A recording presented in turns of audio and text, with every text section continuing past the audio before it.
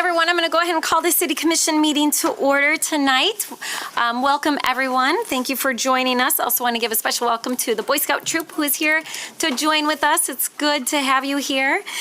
Commissioners, I'm going to start off our meeting tonight with a moment of silence, and then we'll move to Pledge of Allegiance. And then I will welcome up the translator who's with us tonight to let folks know that she is available. So if you would join me for a moment of silence.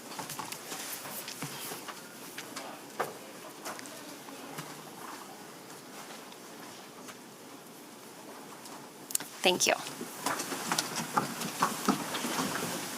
I pledge allegiance to the flag of the United States of America and to the republic for which it stands, one nation, under God, indivisible, with liberty and justice for all. Do we have a translator tonight? You should do it after roll call. Okay. All right, next we will go to roll call. Commissioner Perdue? Present. Commissioner Robbins? Present. Commissioner Sassi? Present. Commissioner Goey? Present. Commissioner Knight? Present. Commissioner O'Connor? Present. Mayor Bliss? Yes. All right. Before we get to first opportunity for public comment, I will invite our translator to come up and introduce themselves. If you need assistance with translation services, please let us know, and we'll make sure that you have that support. Hello, my name is Yolanda. I'm here to interpret for the Spanish language. Hola, mi nombre es Yolanda. Yo voy a estar interpretando para el idioma español. Si necesitan algo, déjenme saber. Thank you. Thank you. All right, so if this is your first time coming tonight, let me just walk you through a few things on our agenda. We do have 4 opportunities for public comment tonight. The first one that I will open up momentarily is public comment on agenda items. So this is specifically 4 items that we're voting on tonight or that are in the agenda packet. And then we have 2 scheduled public hearings tonight. So if you are here tonight to be heard on an appeal for the Nuisance Special Assessment Roll 8784, I'm going to ask you to stay put until I open up that public hearing. And then also, if you are here tonight to be heard on the renaming of Fairbanks Street from Bond Avenue to Ionia as Corwell Drive, I'm going to ask you to stay put on that item as well until I open up that scheduled public hearing. And then at the end, we'll have public comment on any other items. So I'll go ahead and get started with the first opportunity for public comment. And again, this is specific to items that we're voting on tonight or that are in our agenda. We ask that you come up to this podium here, that you share your name, the city that you live in. You'll be given up to 3 minutes to speak. And for this first opportunity, we ask that you be really explicit about what agenda item you are talking about. And then we have some meeting expectations and procedures up on the wall. We ask that you respect those items, that you share your feedback with us, with the elected body, that you don't direct those to the audience. We're here to listen to your comments. If you have questions, we won't answer those during public comment. Again, that's an opportunity for you to be heard. And then we also ask that you refrain from cheering or clapping or swearing, name calling, or making derogatory comments. So with that, we'll open up the first opportunity for public comment. And again, please share your name, the city that you live in, and the item that you're speaking on. Greetings, Mayor Bliss. In the name of the Lord Jesus Christ, commissioners, staff, police chief, fire chief, thank you for your service. Pray for you every day as a group. Not by name, it would take us too long, but I am a follower of the Lord Jesus Christ, but also a resident of Grand Rapids for over 35 years. I'm addressing Fiscal Committee Resolution number 5, the money for domestic violence. It would appear like this would be a good way to spend some of our money. It's always good to be against violence. We are grateful that the place at 325 East Fulton has been closed down, where 55,000 babies were slaughtered since 1987. But now the bad news is it's at 425 East Cherry. I have a suggestion how to use some of this money.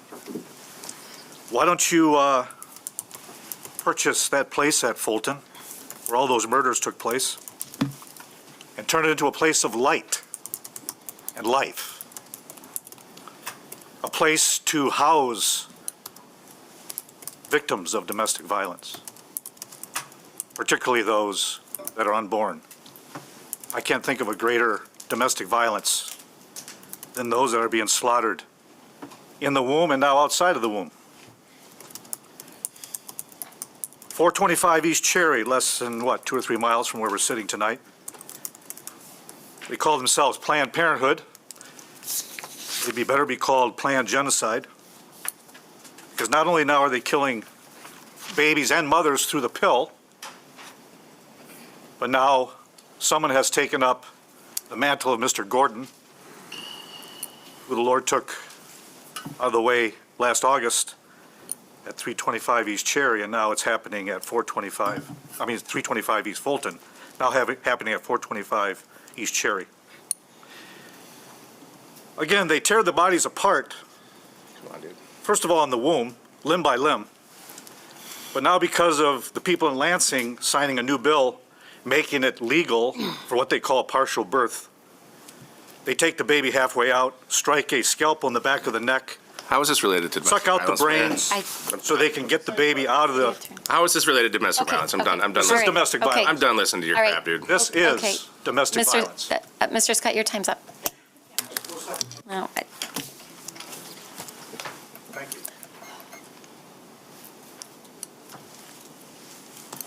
Again, this is related to agenda items that we're voting on tonight. Good evening, Commissioners, members of the public. My name is Ivan Diaz. I live in the First Ward, Southwest Side. Currently a Kent County Commissioner for District 20, but I'm here in my capacity today as an organizer with Michigan People's Campaign. I am going to be addressing point number 2 under ordinances to be adopted. I am completely in support of these policies. I'm glad that you all are taking steps to to really push back against some long-standing policies that go decades back that have been holding housing back in not only our communities but around the country, especially when it comes to your parking requirement reform. I think it's going to do a lot of help when it comes to addressing the housing shortage and crisis in our communities. I hope that this is only a first step or an initial step. So, for example, the ordinance around limiting the number of people who can be in a unit who are unrelated. Again, supportive of the proposed change, but I personally don't see why we need to limit the number of people in general who are living in a unit and not related. I also wanted to bring something to your attention that I think would be a good idea for you all to get behind as representatives of the city government.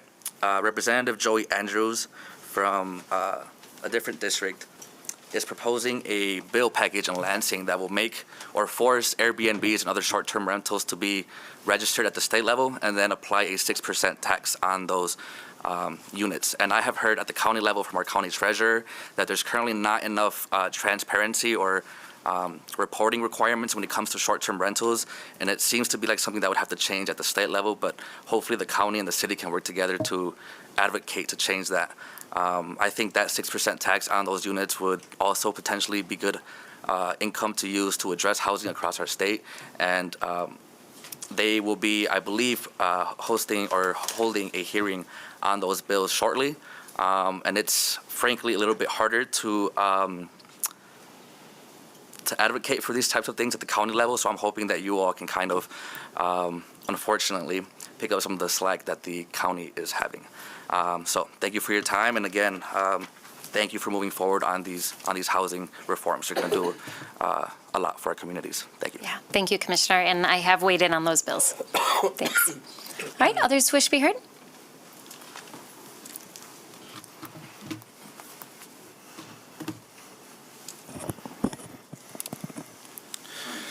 Okay, good evening. Lucas, First Ward.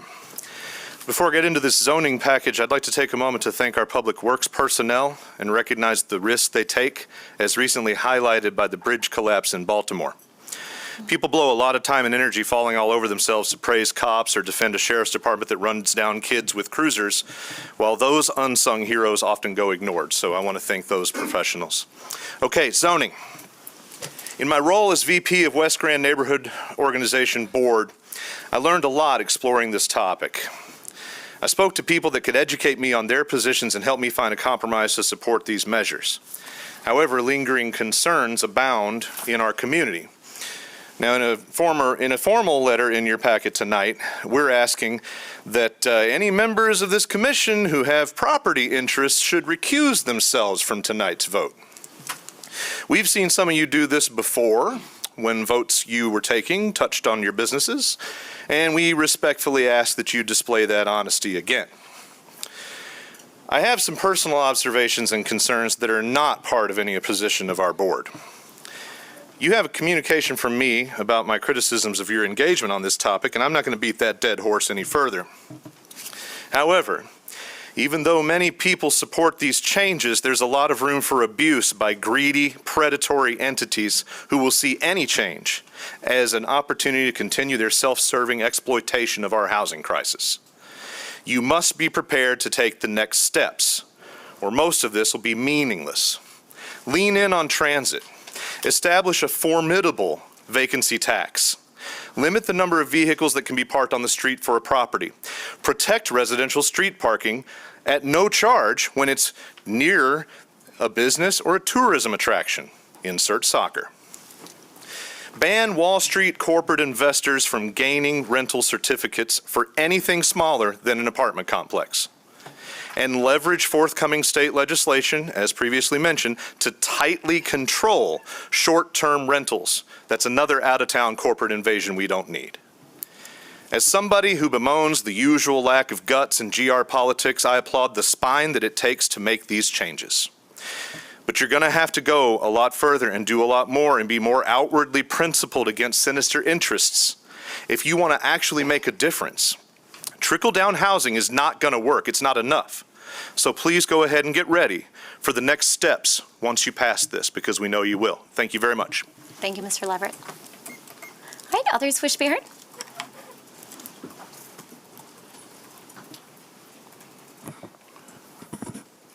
Hello, friends. Mark from Grand Rapids. CDC number 8, the approving on the elimination of the streets for the soccer stadium. Now, I could care less about that. You know, the city is going to take care of the infrastructure and everything else. What I'm worried about is the stadium itself. I do not want public money to build the stadium.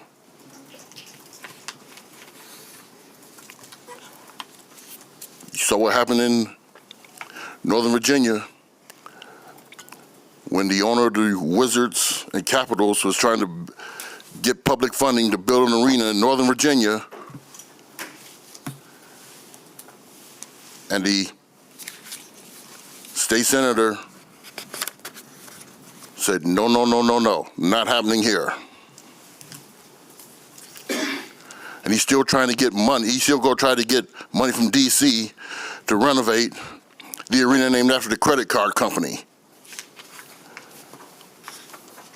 I don't like that deal neither. And most recently, the owner of the Utah Jazz was going to talk about building a brand spanking new arena in Salt Lake City using public money for the Jazz and the NHL team he purchased from Arizona. The people spoken, they're not getting no arena. The same thing should happen here. Public money should not fund private stadiums. They can say public all they want, but it's private. But billionaire owners to boost the value of a soccer team that's going to come here. It's not good.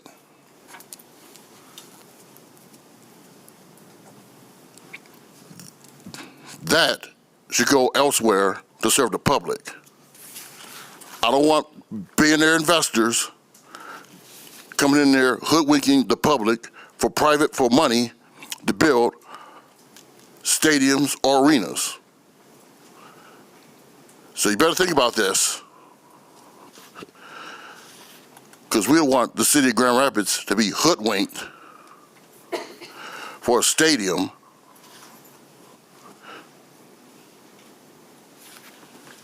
that's going to do more harm than good. Thank you very much, and I'll be back later. Thank you, Mark. All right, others wish to be heard? Hi, welcome. Hello, Commissioners. My name is Ted Hartzell. I confess, I live in Jenison, but I'm here officially as co-chair of the Together West Michigan Housing Team.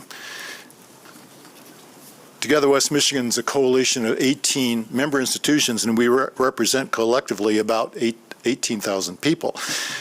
Members of our team, our housing team, have written letters and shown up at meetings over the many months of the Grand Rapids Planning and City Commission meetings on this zoning issue, on these zoning changes. We strongly support the well-researched zoning changes that you'll be voting on tonight. We're here to cheer these changes across the finish line. They offer a needed flexibility in an extremely tight housing market. And while these themselves will not result in a sudden and massive increase in housing, they certainly will make incremental changes for more and better housing options in neighborhoods. The critical housing shortage here and around the nation requires a multitude of solutions. So we thank your planning department, the planning commission, and other city officials, plus you city commissioners, for these taking these eminently sensible steps for residents of Grand Rapids. Thank you. Thank you. Thanks for your comments. All right, others wish to be heard? Hello. Hi. I'm Marcy Emmelkamp. I live on the southeast side of Grand Rapids, and I came to thank you for supporting the zoning changes that you're talking about. As a social worker and a member of Together West Michigan, I'm acutely aware of the housing issues we're having in our community. We've seen estimates that much more housing is needed, and yet there are currently barriers in the way. The proposed zoning changes are necessary, well-researched, and the right course of action for Grand Rapids. Changing the zoning codes will allow creative solutions to our housing issues. My professional role involves screening for care programs for persons with disabilities and seniors in our community. And there's often a concern for housing, even though that's not what they called for. So some of my recent examples, senior citizens paying more than 70% of their income for rent each month and not being able to afford basic necessities, individuals with disabilities living in places that are not safe, sanitary, or ideal. Maybe they have steps and they can't get around, but that's the only place they can afford. Endless referrals from nursing homes and hospitals for unhoused people because there's no other place to go and they had an acute medical need and lost their housing. And individuals and families who have a voucher but can't use it. There's nowhere to use it for. The Housing Commission website confirms that Housing Choice Voucher right now is currently closed. It opens for a brief period of time each year, and it's currently serving applicants who applied in December of 2019, 4 years ago. So it's definitely a challenge. The proposed zoning changes can't fix all these problems, but it's a really good step to get there, and I really applaud you for doing this, and I'm grateful for your willingness to consider other options. So thank you very much. Thank you. Appreciate your comments. All right, others wish to be heard? Hi, welcome. Hello. Hello, everyone. How are you? My name is Monica Mitchell. I stay on the southwest side of town. I'm representing Together West Michigan. I'm on disability, so I'm applauding you guys about the zoning that you guys are going to do. I came in here to tell you guys just a little bit of story about being homeless here in Grand Rapids and also being on disability, living into affordable housing. Couldn't get housing even though I had income. I had to wait for affordable housing. So I'm asking you, first of all, let me just thank you for even taking the time to consider people like me, because there is much more of us out there. I'm a single mother with 6 children, 17 grandchildren. Of course, you know, 1 bedroom don't do. But we make do when it comes to family gathering. I'm just grateful that I have a place for them to come to and to visit and to spend a night with their GMA. So I'm going to ask you again to consider this and pass it just to help other people. I did some research on zoning because I did not know and I wanted to educate myself. And I realized they said there would be 14,000 more homes by 2027 if this is passed. You can do that. Some people don't have to 2027. So we're asking you to make a move now and help us now. we're not just asking, we're begging. We're going to come in agreement with you to do it because the Bible says, if 2 or 3 are gathered in my name, God shall be in the midst. That means if we're coming together and do it together as a community and as a city, other people can see what we're doing here and say, well, okay, let's latch on to that. And let's make sure our city is taken care of. So I ask you again to pass this. I thank you for just considering it to be done. Thank you so much. Thank you, Monica. All right, others wish to be heard?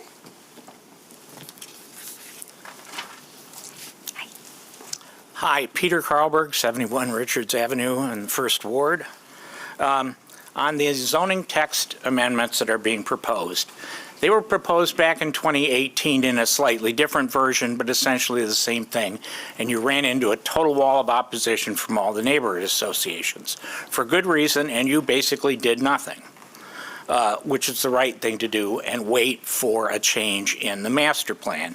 Because the current master plan, which I spent way too many volunteers hours working on, very much says these are against the principles stated here.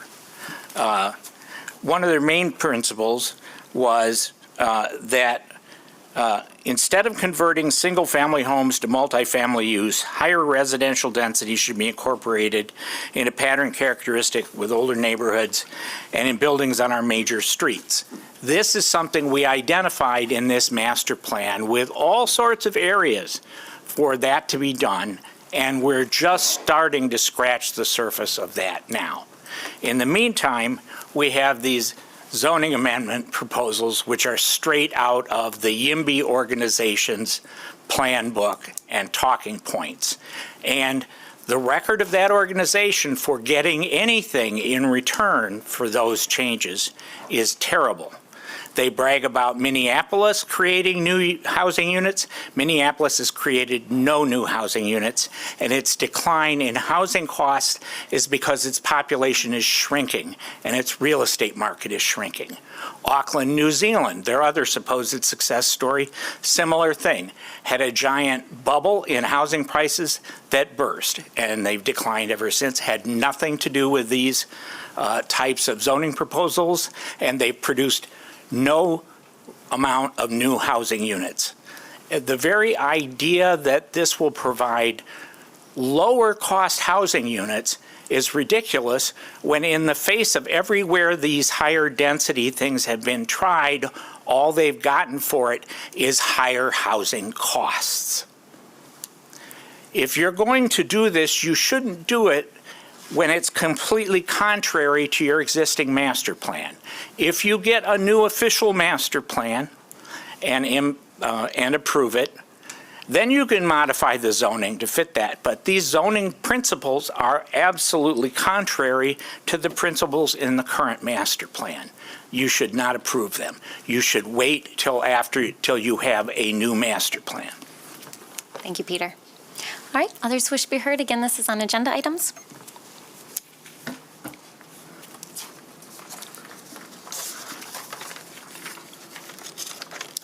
Hello, Brandon Bilski. I would like to focus again on these zoning changes. I think it's very easy when you're so dressed up and fancy to say we should wait until we got a new master plan to have some housing changes that are intentionally designed for urgency on this issue. Even for any affordable housing, the amount of houses there are is zero.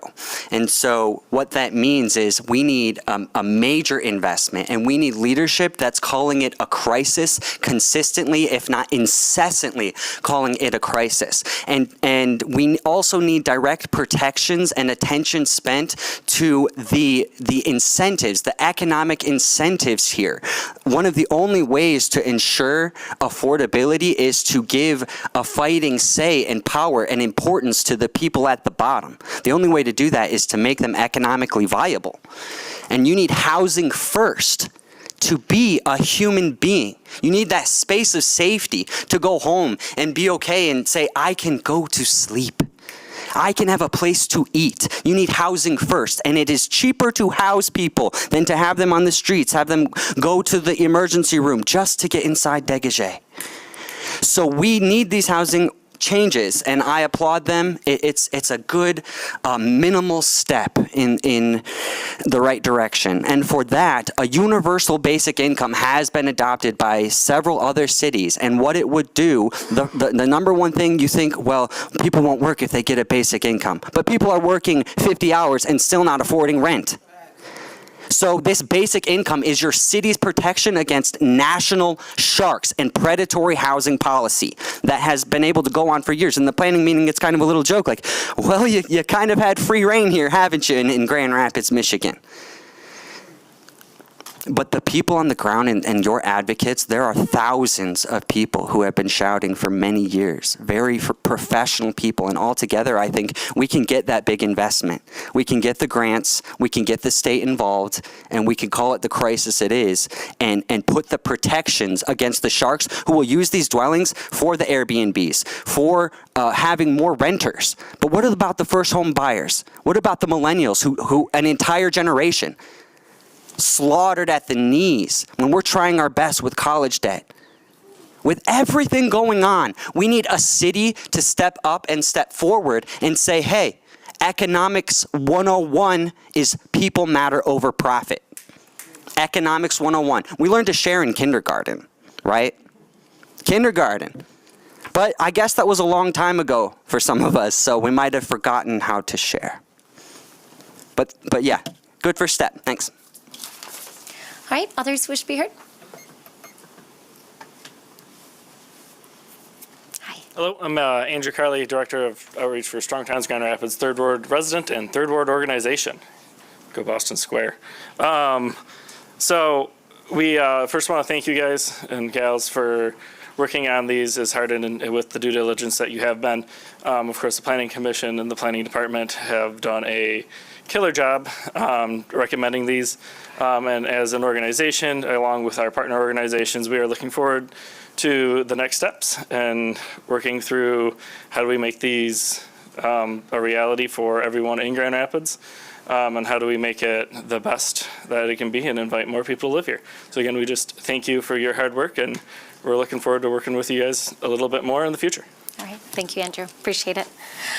All right, with that, I'm going to close that opportunity for public comment, and that will take us to our next item on our agenda, and that is approval of our minutes. So Commissioners, this is approval of our minutes from our last meeting on April 9th. Can I get a motion? So moved. Support. All right, moved and supported. Commissioners, any questions or comments? All right, all those in favor say aye. Aye. Those opposed? It carries. All right, that will take us to petitions and communications, and we have 5 before us tonight. Yeah, the first one is a communication received from Douglas Booth regarding their resignation from the Housing Appeals Board. All right, that is referred to our Committee on Appointments. Communication received from Carl expressing support for outdoor street seating. That is received and filed. Communication received from Lucas Leverett, West Grand Neighborhood Organization Vice President regarding constituent pushback. That is received and filed. 14 communications received regarding the proposed zoning ordinance. Those are received and filed. And just a point that some of those are for, some are against, some are asking other things. So those are all in the packet. Yep. Then finally, a communication received from Amanda Noble, Chair of Association of Local Government Auditors, expressing support for the City Comptroller's budget proposal to add a second internal auditor. And that is also received and filed. All right, next that will take us to reports of city officers. First one is a city manager's report for vicinity energy rate increase. That is received and filed. Second one is a comptroller's warrant report for the period of March 27, 2024 through April 9, 2024 in the amount of $65,387,698.93. That's received and filed. And finally, a treasurer's report for the period of March 27, 2024 through April 9, 2024. And that is also received and filed. All right, next that will take us to our consent agenda and reports on standing committees. So earlier today, we had a whole host of standing committees where we had items that we voted on. Any of the items that we voted on where there was unanimous support tonight will be adopted with one voice vote under our consent agenda. So Commissioners, can I get a motion for the consent agenda? So moved. All right, moved and supported. Commissioners, any additional questions or comments? All right, seeing none, all those in favor say aye. Aye. Those opposed? It carries. All right, next that will take us to ordinances to be adopted, and we have 2 ordinances before us tonight. An ordinance to amending Section 1 of the Budget Ordinance 2023-15 for fiscal year 2024, Amendment Number 10. So moved. Support. All right, moved and supported. Commissioner O'Connor from our Fiscal Committee, you want to tell us about this item? Yeah, thank you, Mayor. 11 items tonight. First item is a grant we received from FEMA to support our stormwater department, building resilient infrastructure in communities.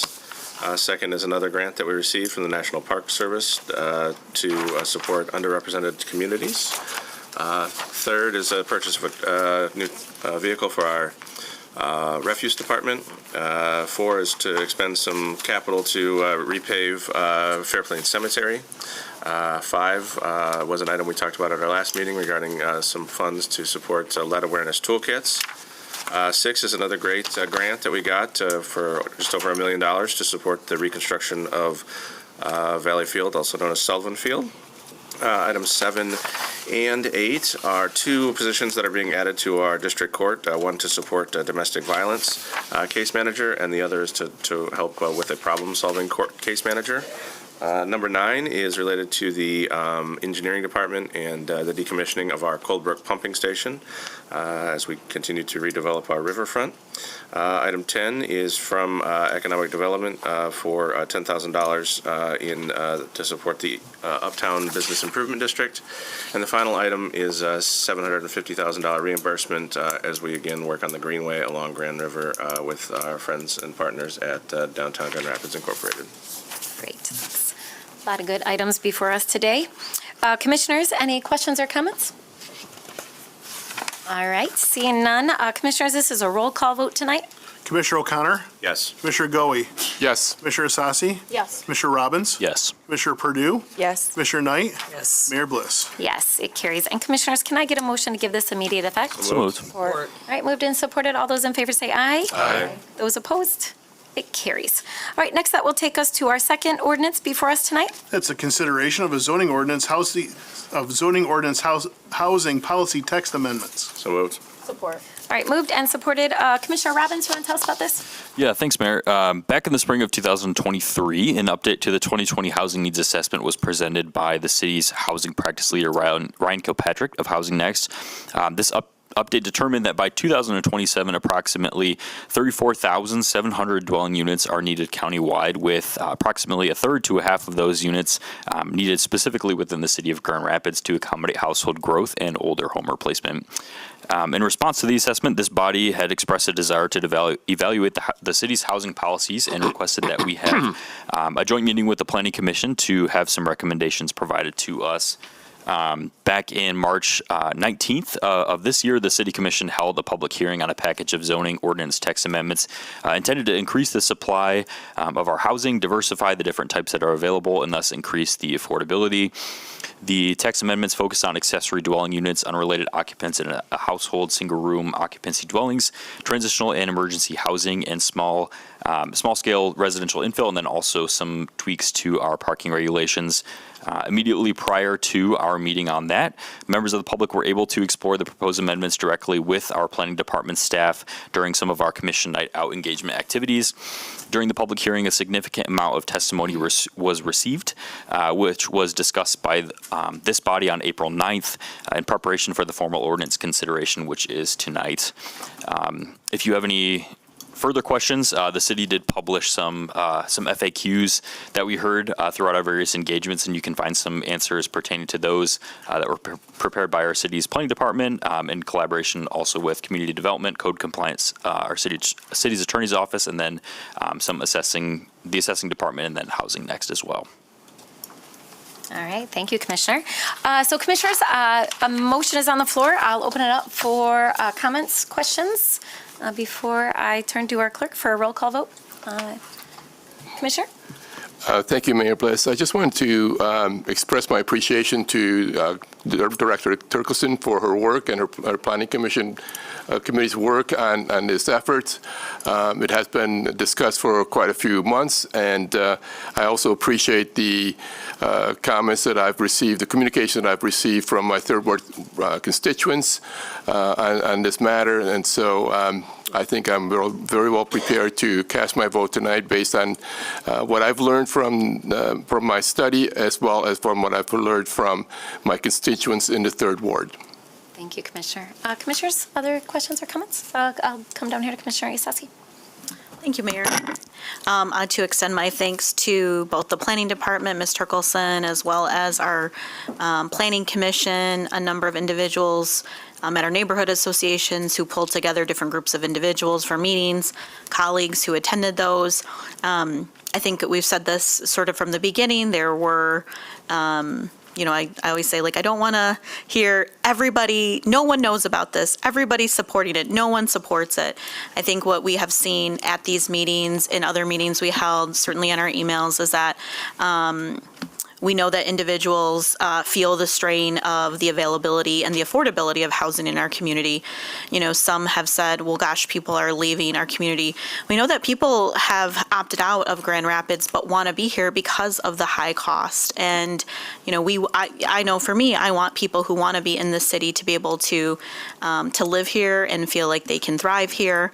We also know that people are living doubled up and tripled up and living, as one of the members of the public said earlier, are living in housing that is not adequate, is not quality, is not what is the choice that they want for them and themselves. At our last meeting, we talked through a variety of other options to look at.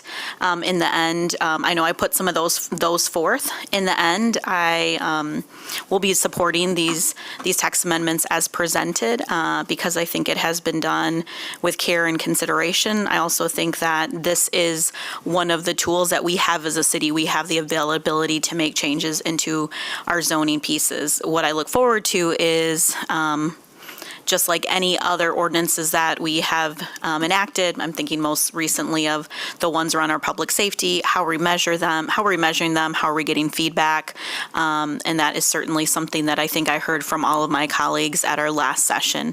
How will we continue to bring this forward into these discussions? So thank you. Thank you, Commissioner. All right, other commissioners who wish to be heard? Commissioner O'Connor and then Commissioner Knight. Yes, thank you, Mayor. And again, I'd like to express my thanks to the Planning Department for the professional staff support in understanding these and getting these to the dais, and as well as the Planning Commission, who spent several meetings debating and working through what these zoning changes could look like to be brought back to us after our work session.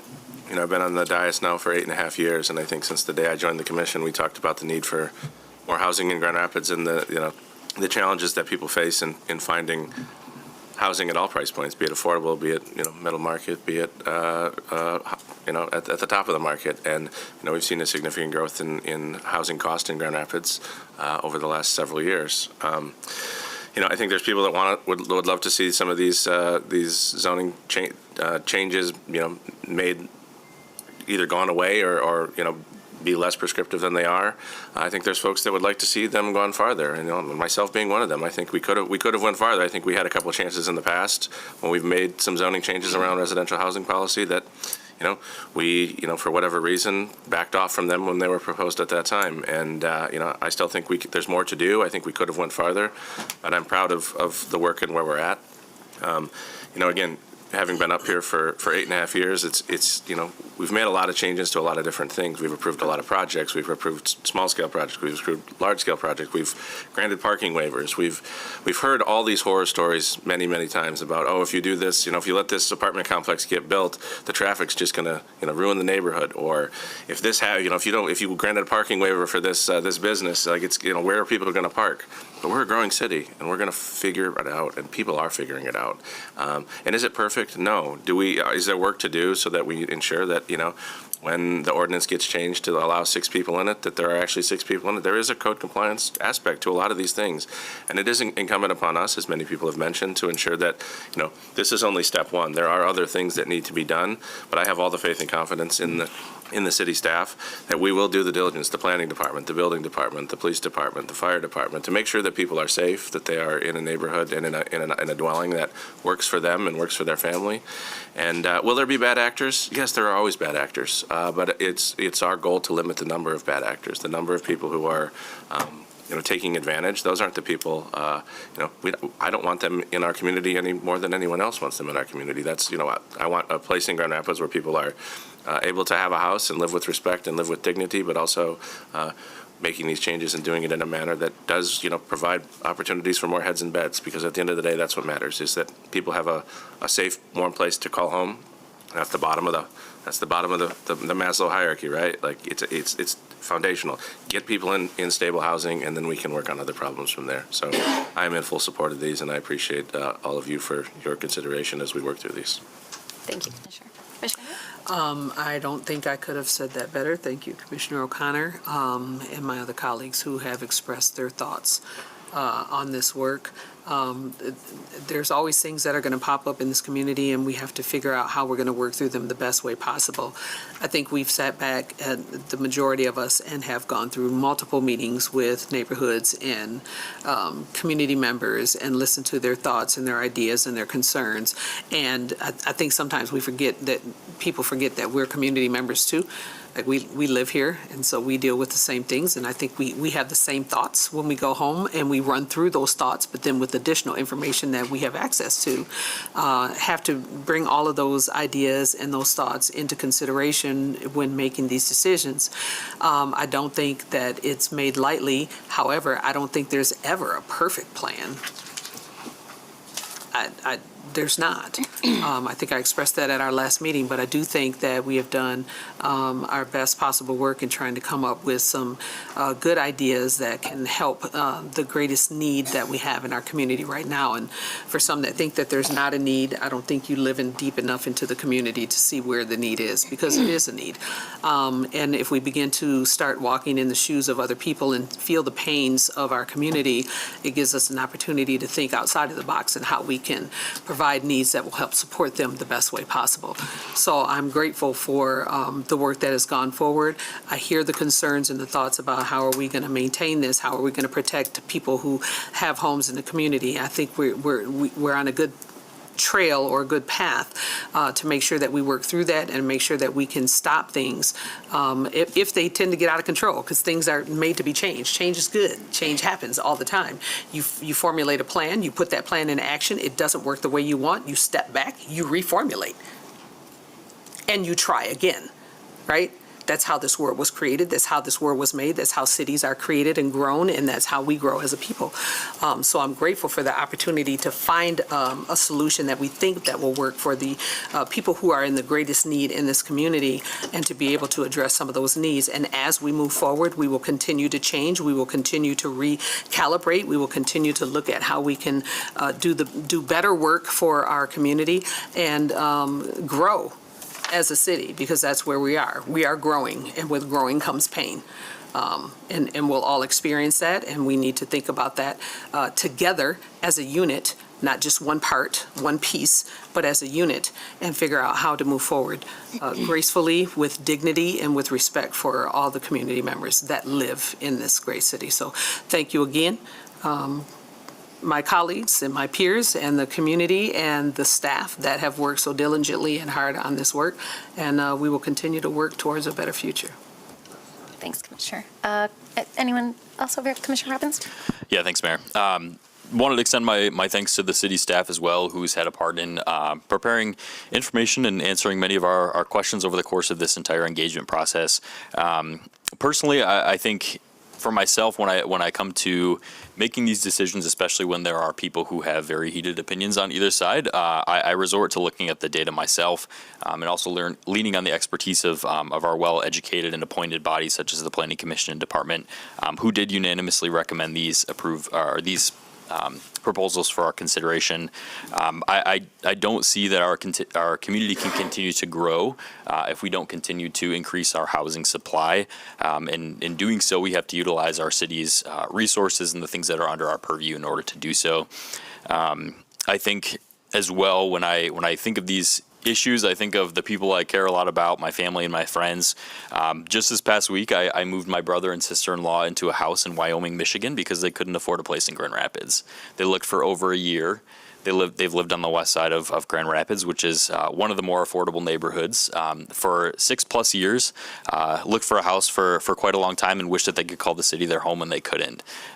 They have no kids. They fill critical skills gap needs in our community. My brother is a night nurse, specialized at Corewell Health, and my sister works in management for a local business.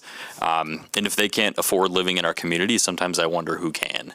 And so it's for those reasons that I also will be supporting these these proposed amendments tonight. But nonetheless, I am committed to continuing the conversation beyond this, keeping an eye on all metrics associated with housing affordability, principal residence exemptions, and also keep doing things like, additional resources that the city can provide to enforce compliance with short-term rentals, and keeping, large corporate out-of-town rental owners in check with making sure that they're being good stewards of our neighborhoods too.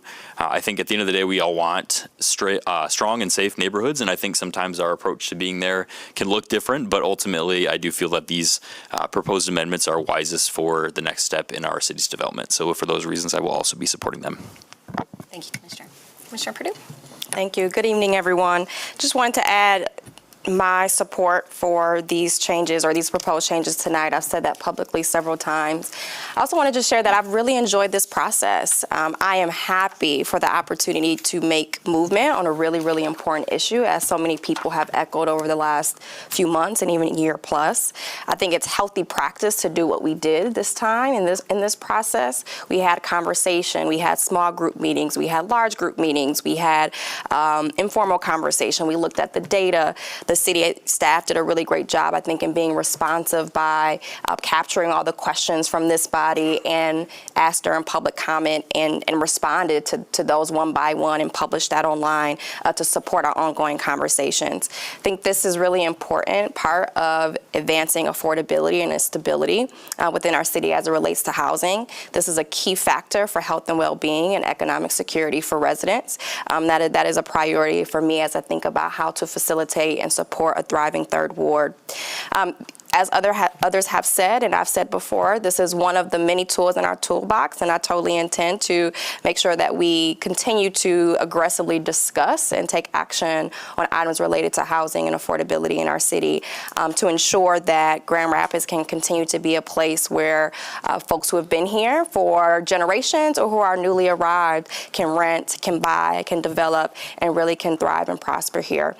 So just want to thank everyone for this opportunity to make movement on this really important issue, and look forward to continued work on it. Thank you. Thank you, Commissioner. And I will add a few thoughts, and then I'll call the question, or I'll ask our city clerk to call the question, and I'll try not to be too redundant. I appreciate all of the comments that my colleagues have said. And I share Commissioner O'Connor's sentiment, having sat around this table for a number of years and have been involved in conversations in our city around great housing strategies and Housing Stability Alliance and Housing Kent. And our community is experiencing a housing crisis, and many of us know that and we feel it. And it is incumbent on us to figure out what is within our authority, and we don't control everything. I remind people all the time, we're not developers, we don't build houses. But one thing that we do impact is land use, and that is what is before us tonight. And it's not a silver bullet. These are incremental changes that I do believe will help provide opportunities for smaller infill, for creating more opportunity for individuals to hopefully call Grand Rapids home if they want to, and to impact affordability in our city. And it's not just the only thing that we're doing, but it's a really, really important issue. There's a whole host of zoning codes that have been created over the generations that have been exclusionary and that have created a lot of the stark disparities that we see today. And we have a lot of work to unravel those. But we're going to continue to look at other opportunities to support low-income and affordable housing in the city. And we are doing that, whether it's our investment in eviction prevention or in the Affordable Housing Fund, or supporting aggressively going after low-income housing tax credits at the state level, pushing for changes at the state level to support housing like the recent housing TIF package. There's a number of things that we will continue to work on in addition to this. And I also want to add my thanks to everyone in our community, including staff who've worked on the changes that are before us today. I know I've talked to a lot of people who are strongly supportive of these changes and others who are adamantly opposed to them. And I appreciate all of the comments. It forced all of us, as Commissioner Perdue said, to take a deeper dive, to look at the data, to look at the research, to ask additional questions. And I feel that we've been given ample information and data to make the decisions that are before us tonight. And just because we may, I always say this, I won't speak for my colleagues, the beautiful thing about our community and about each and every one of us is that we can think differently and still support one another and still care about our community deeply and still step up to make our community a better place. So we don't always have to agree. So those who have heatedly told me all the reasons why supporting these is a bad idea, I really appreciate your perspective. I just simply don't agree with it. Doesn't mean I don't respect you. So with that, I'm going to turn to our city clerk, who I also don't always agree with, but I still adore him and appreciate him. And I'm going to ask him to call the question for us tonight. We should start with you. No, Commissioner Goey. Yes. Commissioner Isasi. Yes. Commissioner Robbins. Yes. Commissioner Purdue. Yes. Commissioner Knight. Yes. Commissioner O'Connor. Yes. Mayor Bliss. Yes, it carries. All right, Commissioners, next that will take us to our two scheduled public hearings. So we have two scheduled public hearings tonight. The very first one is solely for individuals who wish to appeal a nuisance special assessment. So we have a nuisance special assessment roll on number 8784. And on that roll, we have individuals who have been assessed.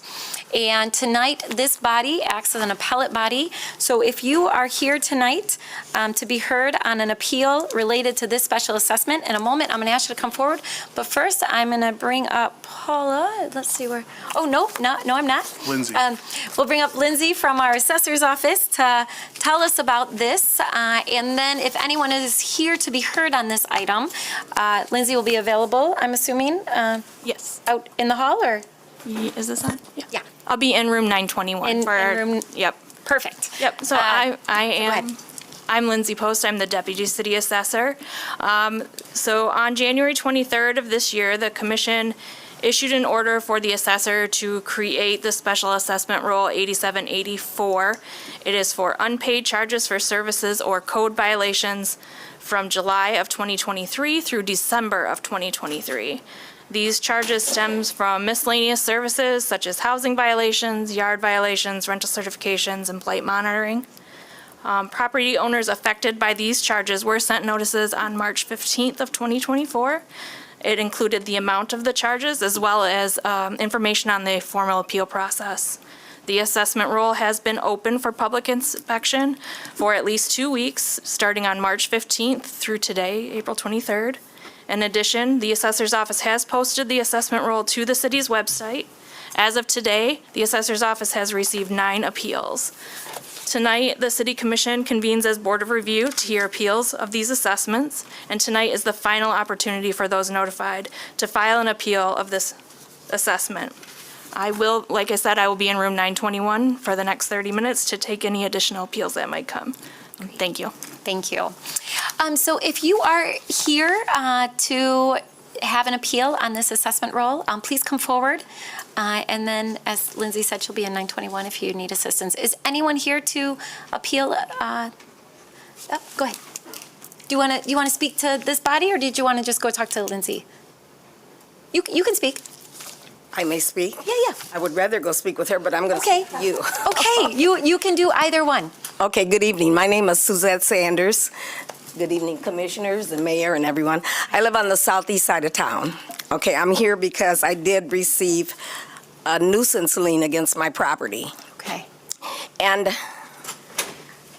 I didn't realize that I had 2 different invoices, okay? And I'm being charged like close to $700 for an opening that's in my garage.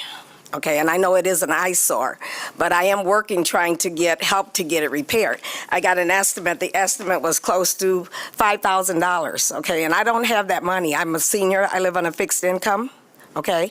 And I guess the way that I feel right now, I feel as if I'm being harassed, okay, instead of getting support. And I think me being a senior, I should get more support. So, and with that being said, I am trying to get help through some agencies, and so far the problem that I'm having is that my property is not, my garage is not attached to my home. So that's why I'm not getting any help. But I think I did this week possibly find someone that might be able to help me. Okay. But I just wanted to share that with you, to let you know what was going on. And I'm not trying to neglect it. I have been working on it. I've had several conversations with people down at Lower Monroe, Corey, and a couple other people, but that was to no avail. Nobody's trying to help, okay?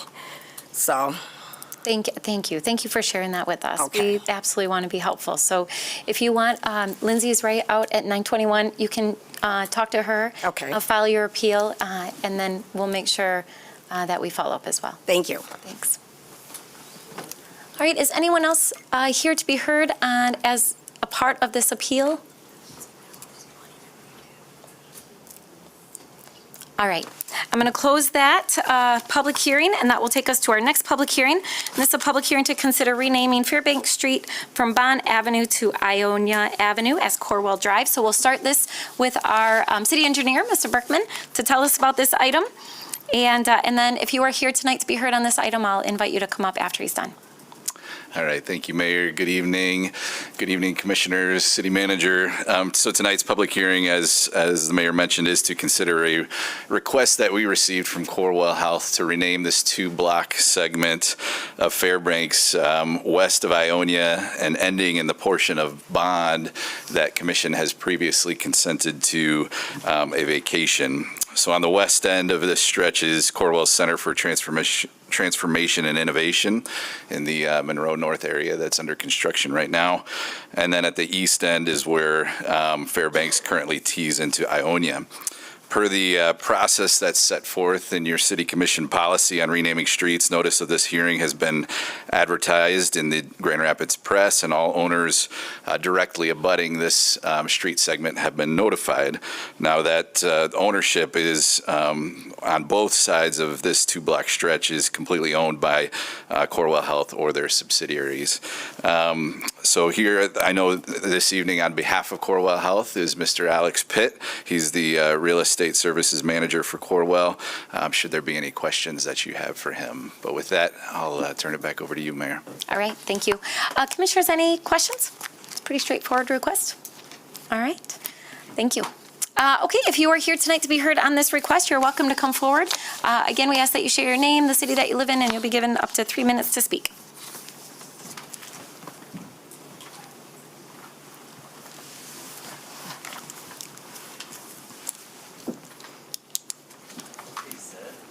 Hi. Hello, good to see you. You too. My name is Deidre Deering. I live at 6012 Burton Street Southeast, Grand Rapids, Michigan, 49546. And I'm here on behalf of the Business Association, the Monroe North Business Association, and we are in support of the renaming of Hastings. There's really no issues that we have noted. Corwell has been a good neighbor of the Business Association. Phil Yeiter and Alex Pitt have stayed in close contact with me and have regularly attended our meetings. They pretty much keep the lines of communication open, and including speaking directly to this matter at our last Business Association meeting. They took questions, and there were no concerns from that meeting that popped up. So we're in support.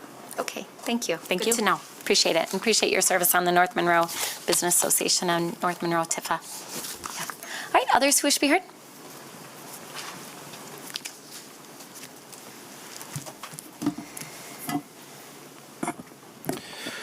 Lucas back again. Definitely my personal remarks on this one. I urge you to send Corwell away with their tail between their legs once again, just like planning did with regard to their half-baked parking proposal in the same area.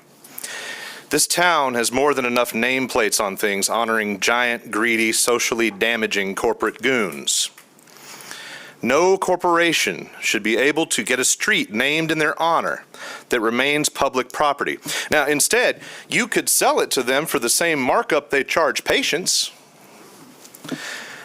All they want to do is feed the ego of their overpaid top brass and assert their dominance. It's not about employee morale. No self-respecting Gen Y or Z employee ever will care, and trust me, us Gen Xers don't care either. Besides, they claim they have a hybrid workforce. Who's going to see it? Some might say this is a minor expense. It won't quite cost $1,000, but let's round up to that. According to Feeding America, $1,000 would buy 10,000 meals for the hungry. At least 4 unhoused folks could get a week of emergency shelter for $1,000. How about 20 monthly passes for the Rapid for folks trying to get a job that need to get around? It's not a ton of money, but it's the city money. It's our money. This could have far more noble applications than once again bending the knee to corporate masters. Your own policy states that a name change shall only be done in extraordinary circumstances, end quote. This circumstance is not extraordinary. It is run-of-the-mill Grand Rapids puppet string pulling. They're saying jump and waiting to see if you say how high. This is not a big item, but saying no to Corwell now makes yet another small dent in the posture of genuflection that these businesses have become accustomed to from our city government. In this small way, you get a chance to say that you and this city are not for sale. Save the street naming honorables for honorable figures. There's nothing to honor about a healthcare giant hiding behind a thin nonprofit veneer paying its CEO $5 million in a state where nurses are paid 12% below the national average. Healthcare giants are part of the problem in this nation. They should not be considered for the honors that you previously reserved for Cesar Chavez and Dr. King. All right, others wish to be heard?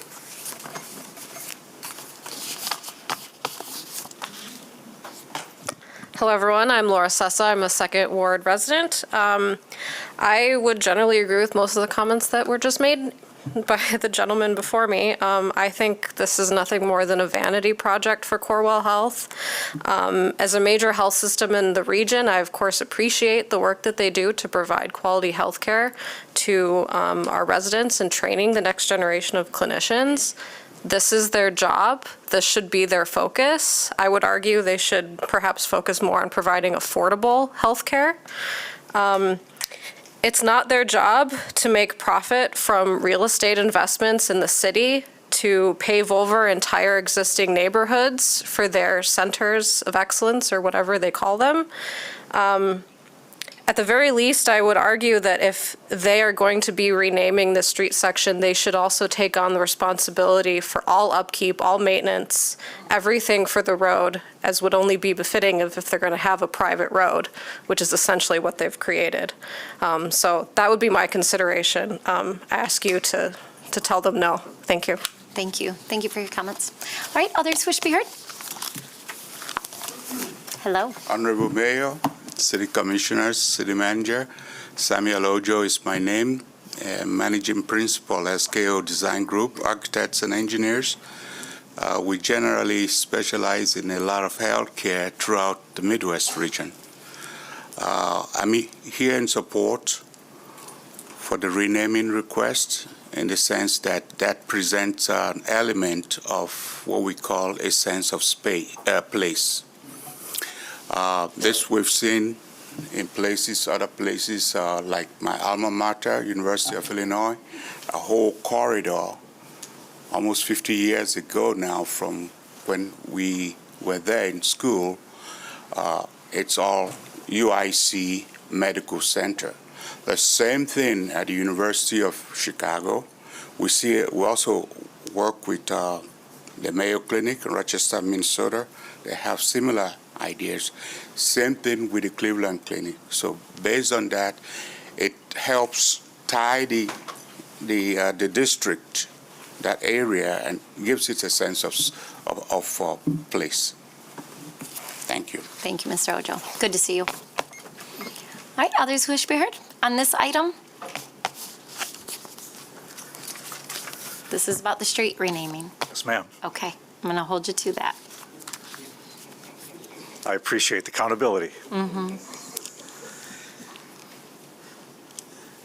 I oppose the renaming of this street for a different reason. Because there, on their campuses, they murder babies. Go to their website. They advertise for it. To give them any more recognition, to name a street after them, because of the fact that they're murderers. I know they do a lot of good health work, but they also murder babies. I oppose the street being named after them. All right. Okay, anyone else who wishes to be heard on this item?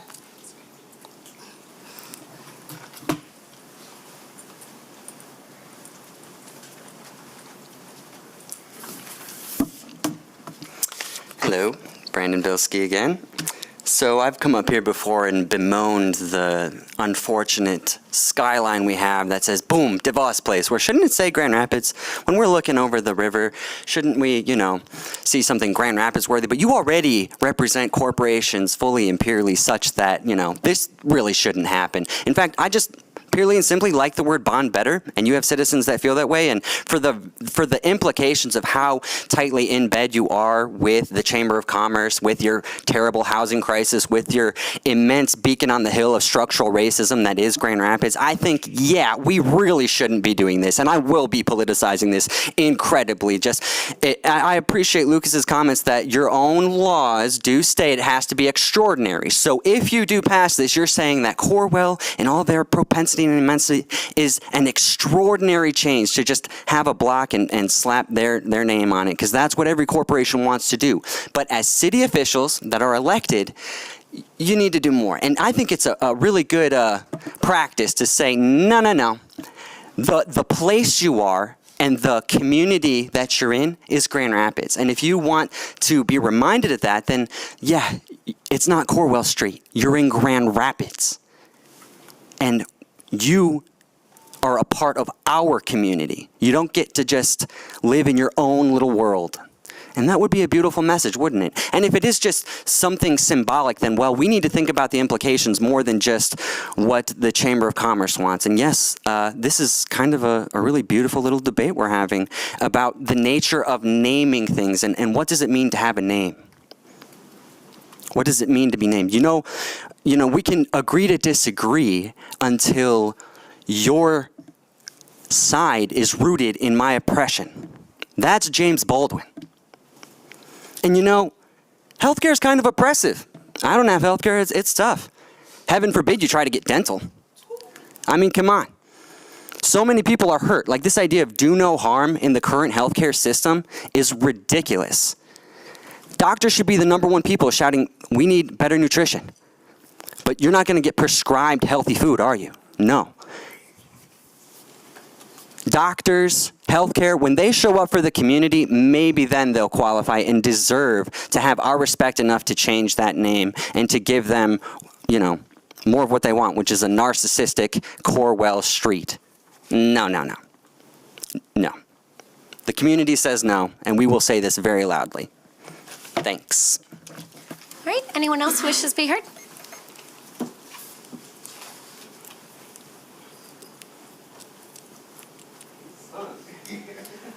I'm a Boy Scout.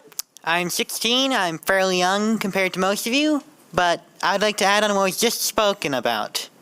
The street should not be named after the hospital. The street should be named after the doctors within it. The doctors who risk their lives doing this, the doctors who go above and beyond speaking out, who become a part of the community, as you said.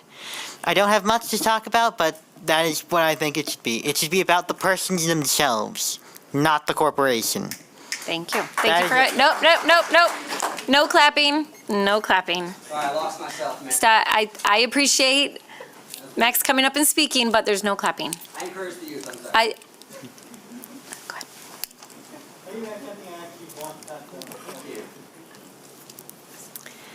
Good evening. I'm Holly Sullivan with Corwell Health.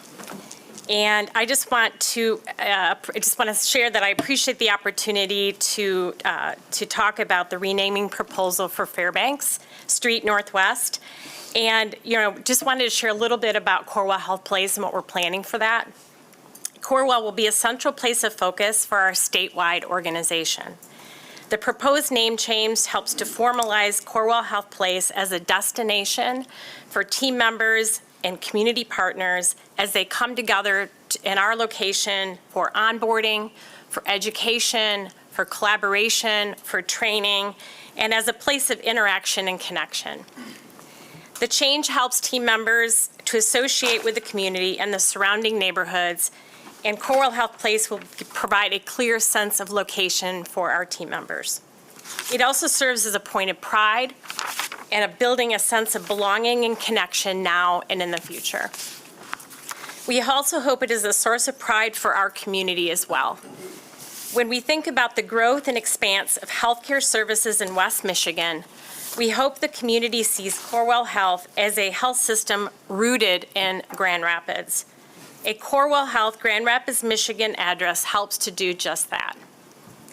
We're requesting to rename Fairbanks Street Northwest between Ionia Avenue Northwest and Bond Avenue, which is approximately 2 blocks long. This portion of Fairbanks Street Northwest resides adjacent to Corewell Health Place, and there are no other property owners on either side of the street. There'll be no disruption or cost associated with this proposal for individual occupants. Before I close, I wanted to share with you a little bit more about Corewell Health. We have over 65,000 team members who have chosen Corewell Health as their employer. We have over 12,000 practice providers, 15,500 nurses, 21 hospitals, over 300 outpatient locations, and 400 active clinical trials. In 1 year, we helped welcome over 27,000 new lives to this world, perform over 200,000 surgeries, admit and treat over 250,000 individuals in our hospitals, and provide emergent care to our community members through nearly 950,000 visits to our emergency departments. Through Priority Health, we serve over 1.3 million members and offer them coverage. And annually, we provide over $1 billion in community benefits, discounted care, and care for the uninsured. But numbers only tell part of the story. We also are a health system committed to improving the health outcome of all, having many nationally recognized clinical programs. I'm sorry, your time's up. Sorry, I'm time. Thank you. Sorry, okay. Appreciate your comment. Thank you for your consideration. Thank you. All right, with that, I will close that public hearing, and that will be referred back to our Community Development Committee. And with that, this will take us to our last opportunity for public comment. So if you are here to speak on any other item, you're welcome to come forward. Again, same rules apply. We ask that you share your name, the city that you live in. You'll be given up to 3 minutes to speak. And again, I'll ask that you refrain from clapping or jeering or cursing or speaking to the audience. Please speak and share your comments with the elected body. Hi, welcome. Hi, good to see you. evening. It's been a while. Yeah. It's been a while. Nalisha from Kent County. This is my last meeting. I'm about to slide up out of Michigan like kids slide on the playground. I've had enough. I've had enough. Commissioner Perdue, our conversation earlier, I appreciate it because that was actually our first time having a conversation. Commissioner Knight, nothing but love. Mayor Bliss, I do have to say that these city council meetings have been lit like a candle. I have enjoyed them, but I'm tired of fighting here. And it's very frustrating as a person who was born here in Grand Rapids to not be able to get on my feet here. Y'all know my story. I've been coming down here, like I said, the last time I was here was January, but I've been coming down here since January of 2023. I've grown exasperated. I've talked to you, Kate Behrens. Even though y'all don't have the jurisdiction to hold the Starvation Army accountable, y'all know people in high places. Somebody could have said, well, you need to talk to such and such. Y'all know people in high places. Governor Whitmer was here. I went to the Granville Library Friday, talked to one of her high-ranking employees. I wrote a grievance complaint. It was 23 pages with 115 supporting documents, including federal laws and codes, to back up every one of my claims.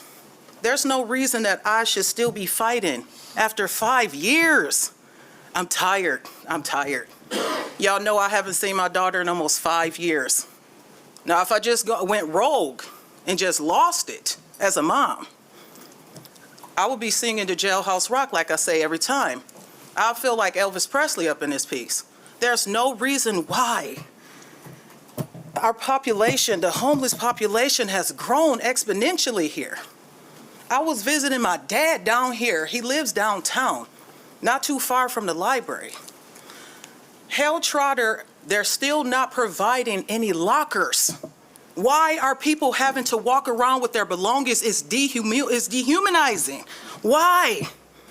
Why are they having to walk around advertising that they're homeless? But when I speak, most people don't care. Most people on this panel don't care. Some of y'all faces look crispy like Kentucky Fried Chicken up here. The only people that I name Lisa Knight, Kelsey Perdue, Rosalind Bliss, y'all are the only ones who have ever shown me compassion. And it's sad because this is my hometown. And I have not been able to get a place since I lost it in January 2018. It's utterly ridiculous. The Section 8 vouchers are useless because they're useless. If you have to gross 2.5 or 3 times the rent, what's the point? Oh, we'll take it, but it's counted as income, but you still have to gross 2.5 or 3 times the rent. So it's time for me to get up out of here and find a place somewhere where I can get help because nobody cares here. Nobody cares. Thank you. It's the real. It's the real. But Grand Rapids is trash. Can't do it no more. Can't do it. So I'm leaving home. I don't belong. And this place is never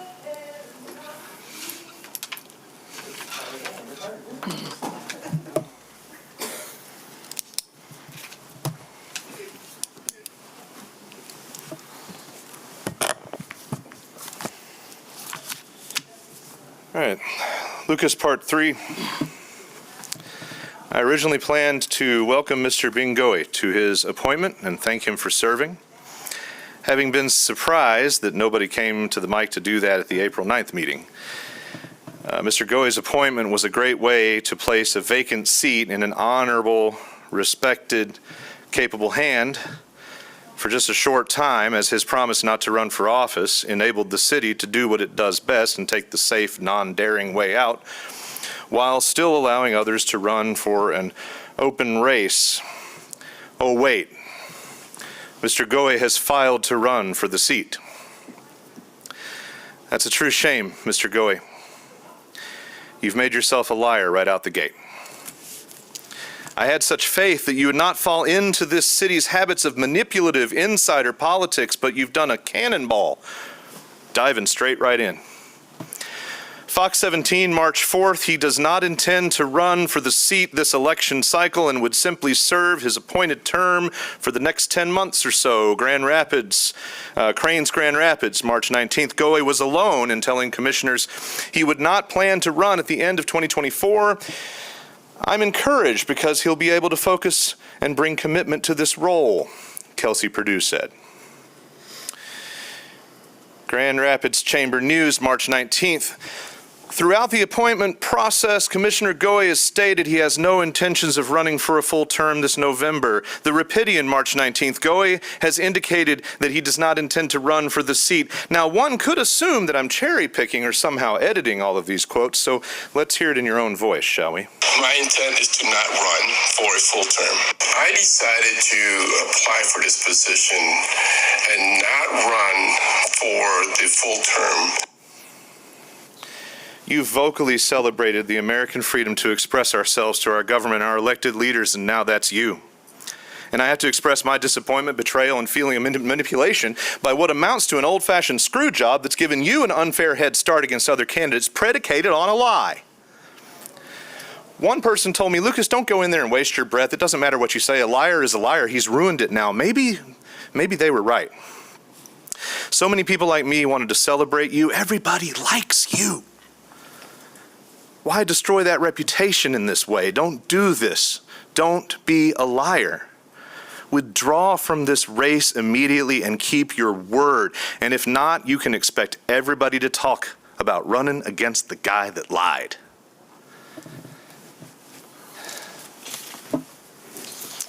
All right, others wish to be heard. Mark back.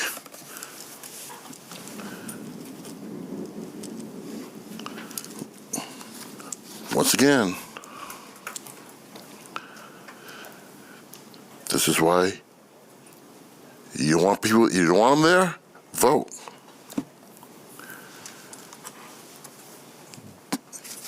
We don't want the hijinks,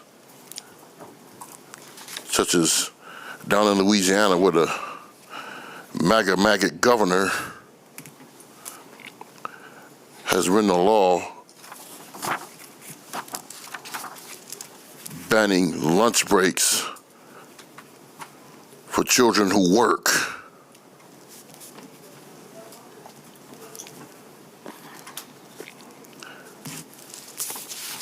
and Ron DeSantis down in Florida has banned water breaks for workers who work outside in the tropical heat of Florida.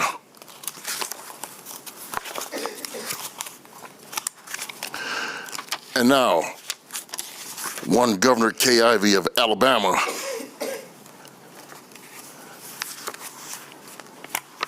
has put in law the statewide DEI ban. And if I'm Nate Oates, Kalen DeBoer, Bruce Pearl, and Hugh Freeze, I would go down to Montgomery and tell Kay Ivey, what the hell are you doing?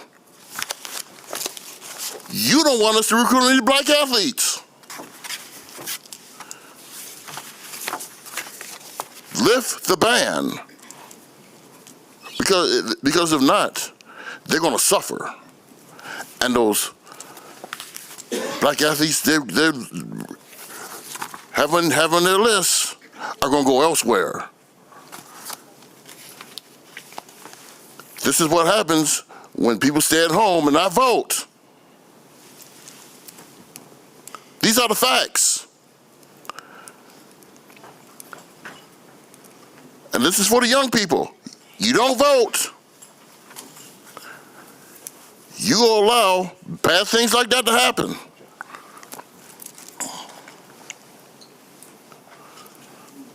So get off your butts, get registered to vote before it's too late.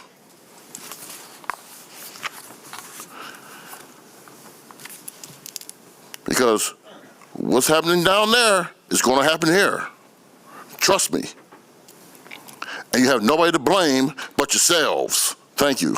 All right. Thanks, Mark. All right. Others wish to be heard? My name is John Williamson, live on the southeast side. I haven't been here in 2 years. The last time I was here, Boy Scouts, I'm an Eagle Scout. Anybody else an Eagle yet? Once an Eagle, always an Eagle, they say, which is why, I worry that some people here think I'm a bad guy. Like, I'm here to try to fight for nonviolence, right? I believe that violence is wrong and that it's wrong for the police to be violent against nonviolent citizens. Patrick Leoya's murderer, Christopher Schur, has still not faced trial. He has a right to a speedy trial. Let's get this going. It's an open and shut case. I mean, if you've seen the video, he's guilty of murder because he wrestled. A guy was trying to get away. He wrestled him to the ground, pulled out a gun, shot him in the back of the head. And we all know that.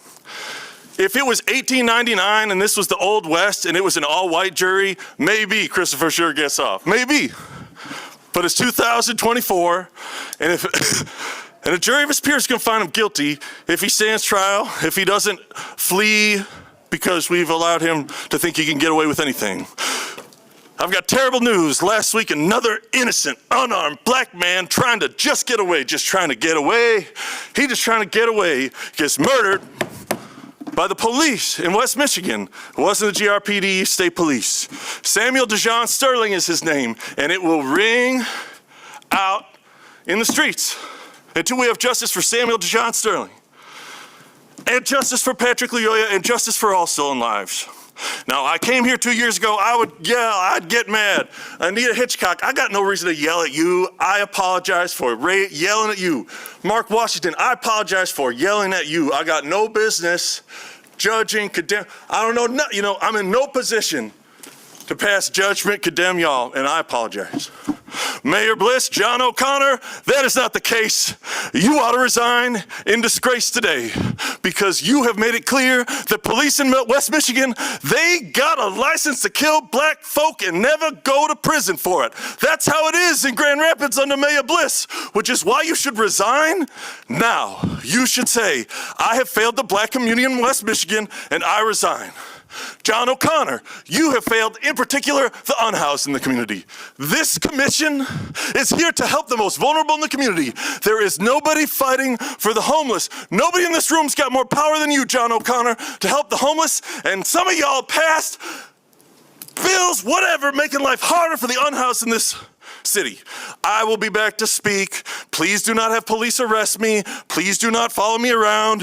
There was a little girl who Rosalind Bliss used to work with named Nico who got arrested for protesting justice for Patrick. You ought to be disgraced. You ought to be ashamed. Please resign. Goodbye. All right, others wish to be heard? You ought to be ashamed. Ashamed. Ashamed. Ashamed. Ashamed. All right, go ahead.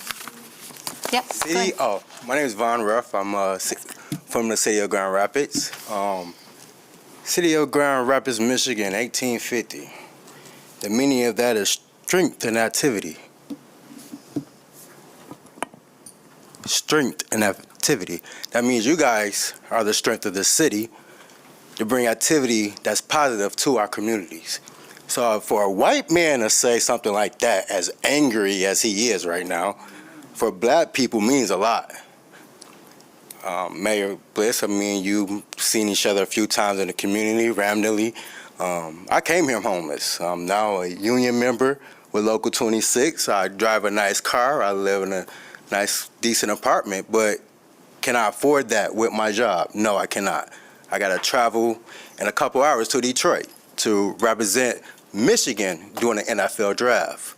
That means I have less to sleep because I have to hit the road. That means I have to work a 12-hour shift tomorrow to make sure I make ends meet.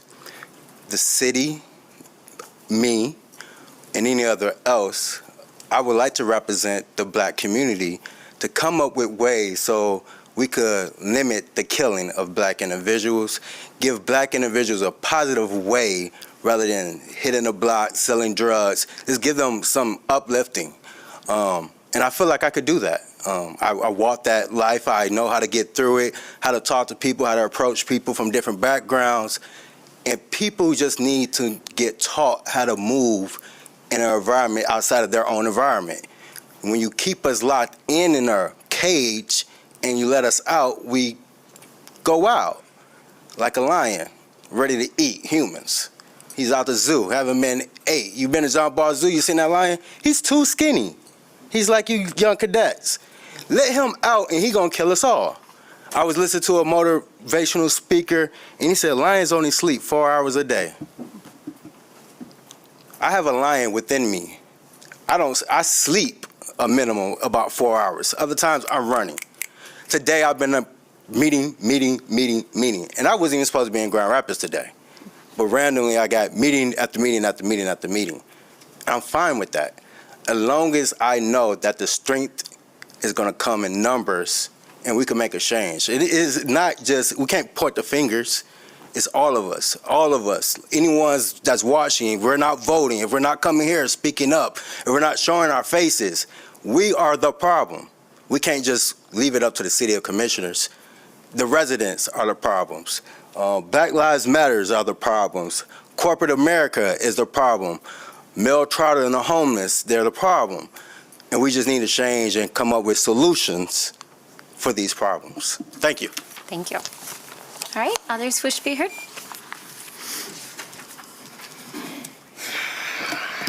Brandon Bilski, Grand Rapids, born and raised. My father's a furniture factory worker. We're a city of furniture. In fact, my whole family is furniture workers. My mother worked in corporate America. She once got $3 million for her company in 1 month in accounts receiving just because Walmart is a doozy. And having both perspectives, walking, like knowing the diligence of toil, working 60 hours a week in a 100-degree factory, like that is tough stuff. But you know what? I did it over the summers and I'm grateful for it. I'm grateful for the poverty I've known, for the fact that I've been able to understand the struggle that people face, but also have such deep privilege to have a philosophy degree, to travel the world and teach and study debate. It's been beautiful, and for it, I feel a duty to call out some of the things in this space where, we all talk pretty and we all want what's best. But to hear John O'Connor give this heartfelt sentiment speech, I love it. And I see your heart, John. But you're sitting and leading these meetings with these housing professionals, Housing Next coming into the room. You're talking more than the mayor is in these meetings, and you come from real estate. Like, real estate. And you've been facilitating, like the Grim Reaper, these transactions. You've been spearheading this. So it's completely two-faced to hear that speech coming from you. And it's sad because you probably do have the most power to really push back and in this space, this new space where you're a public leader, do some good. But instead, you're their ace in the hole. And it really is sad. And, we need democratic control over Mel Trotter. There are extreme human rights violations. And this housing ordinance to criminalize, it does criminalize. They're going to jail if they have too much stuff. And now Mel Trotter, which has 500 to 1,000 men each night, they can't have their stuff. And you're going to say that you're making some progress when it's gave full free license for harassment and deep harassment. I talked just this week to several homeless people. And several of them have been arrested. And they said, it's gotten so much worse. And you know what? None of you know that. That didn't come up today, did it? Why? Maybe I should be up there, right? Because you don't walk around and talk to the homeless much, do you? But this is optics. That shows it's pure optics. Because 0 to 30% AMI, unless you're also having a policy to have $20 to $100 million annually going towards this issue and not allowing for 700 churches to take care of this for you, you are not dealing with human rights. You deserve a lawsuit. You deserve to be sued as a city because it's racist and it's just dehumanization. There's asbestos, there's mold in Mel Trotter. It's negligence. It's gross negligence. That's a legal term. Look it up. Thank you. All right, others who wish to be heard?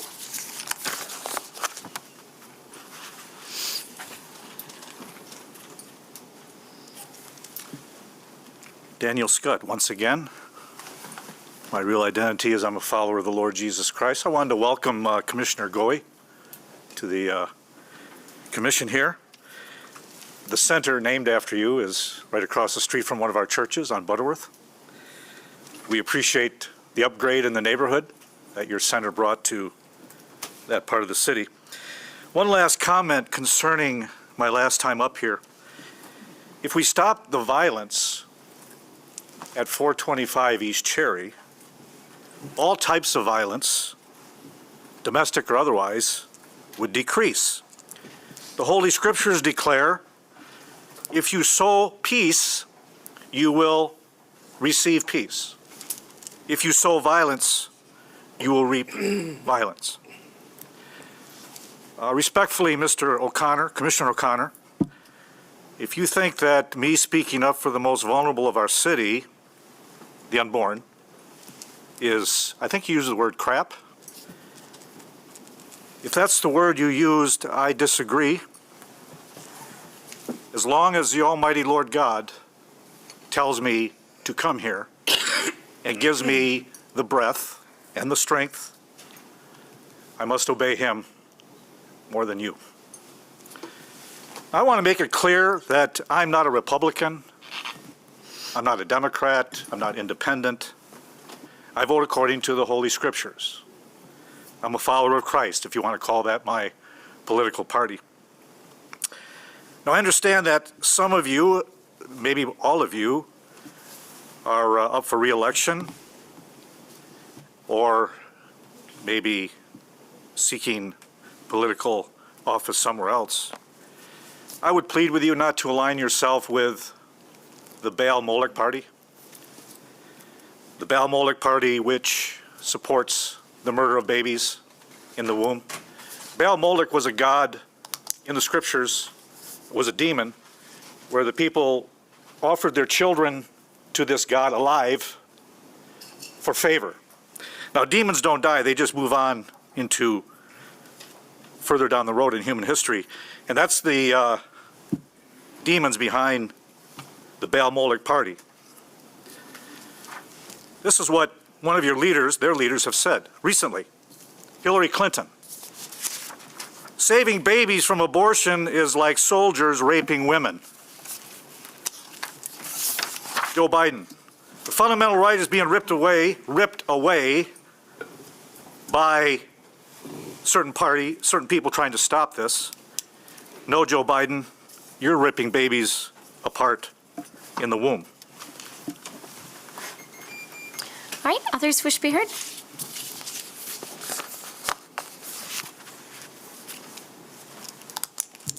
Hi, everyone. My name is Laura Sessa, back again, Ward 2 resident. I have a more personal item to bring before you today, and that is regarding the rules and procedures that are stated on your in our packet and on the screen, and with regard to comments that have been made before you, not necessarily tonight, but they have been made previously, and that is regarding the ban or not allowing derogatory comments. I am non-binary. I use they, them pronouns. Before this body, comments have been made saying that there are only two genders. This erases my gender identity and the identities of others in the queer community. I think that this should be named as what it is, which is a derogatory comment against me and my identity and others in my community. I would ask that you update your meeting procedures to list not allowing derogatory comments to be made. You list race, religion, nation of origin, etc. I'd ask that you call out gender identity, sexual orientation, and others. Thank you. Thank you for those comments and recommendation. All right, anyone else who wishes to be heard?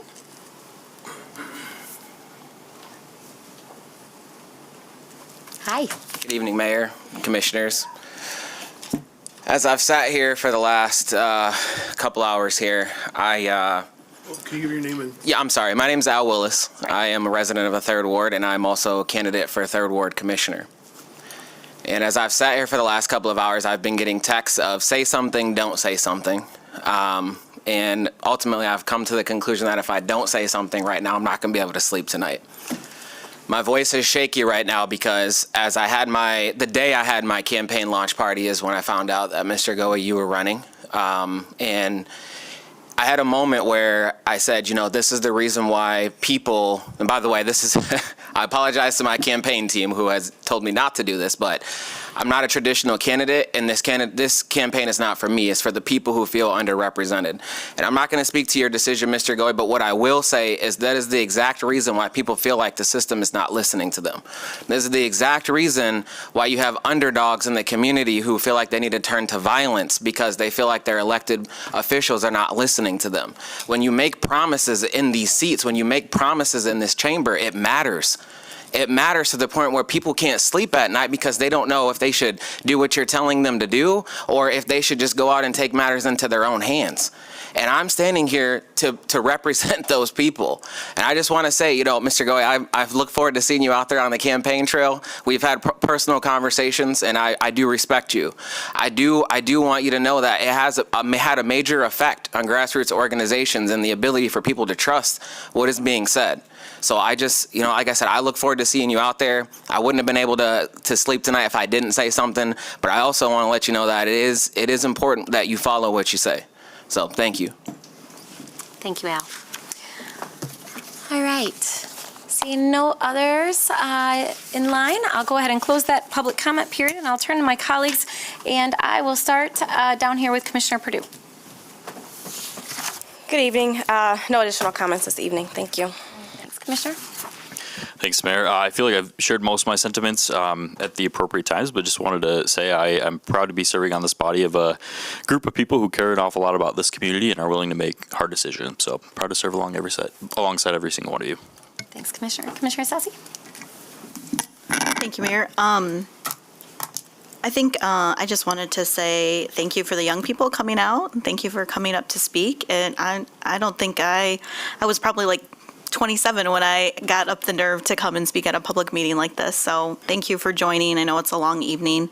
I also just wanted to highlight that a little bit of good, because I think this, we sometimes need a little bit of good. A couple weeks ago, I had the opportunity to attend the Eagle Scout ceremony of a good friend's daughter, and then another one of their friends in the pack, I think that's what it's called, to achieve their Eagle Scout. 2 young Black women who had some amazing projects working in community gardens, working on a feminine hygiene space at the Women's Resource Center. And thank you, Mayor, for writing that letter to recognize their efforts. I was a campfire back in the day, and so I never went that route, but it was, I think, especially just an important day, and just to see young people step up and serve in different ways. And so I didn't get a chance to go to Kids Speak last week, had something that had come up, but I think the one thing that I saw in the documentation was a reminder that it's not leaders of the future, you are leaders right now. So I just wanted to end on a little bit of positivity, and also just continue, I think, just another last comment about some of the zoning changes.